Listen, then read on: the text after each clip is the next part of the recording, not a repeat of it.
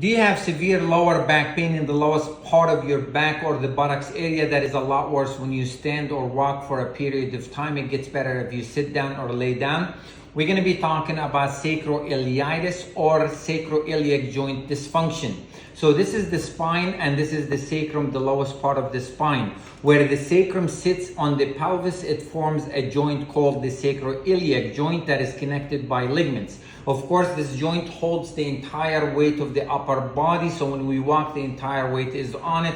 As we see in this picture, we have the spine, this is the pelvis, and this is the joint that is formed where the spine sits on the pelvis.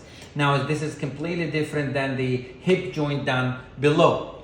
So anybody who has a problem with gait due to back pain, knee pain, ankle pain, or even any gait disturbance that causes instability in the gait, then that causes irritation of the ligament of this joint and inflammation of the joint, and that produces sacroiliitis.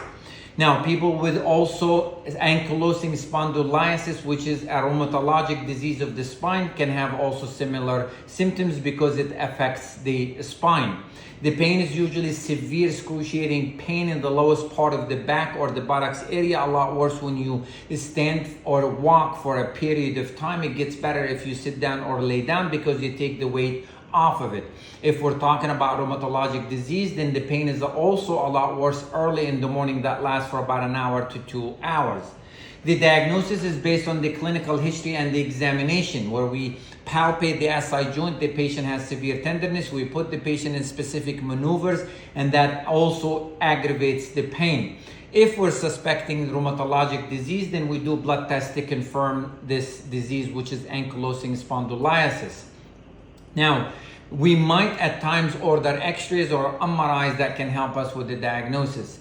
The treatment, if the symptoms are mild, are they less than a month old, then we might use medications, anti-inflammatory with physical therapy, and that can help. If it is longer than a month or the symptoms are severe, we go to intervention.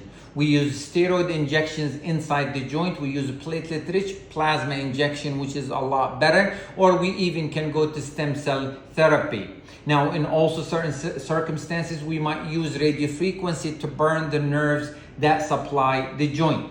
If the pain persists and the symptoms continue despite this intervention, then we might go for surgical intervention where they can fuse the SI joint to eliminate the movement, and that can also improve the symptoms. Thank you.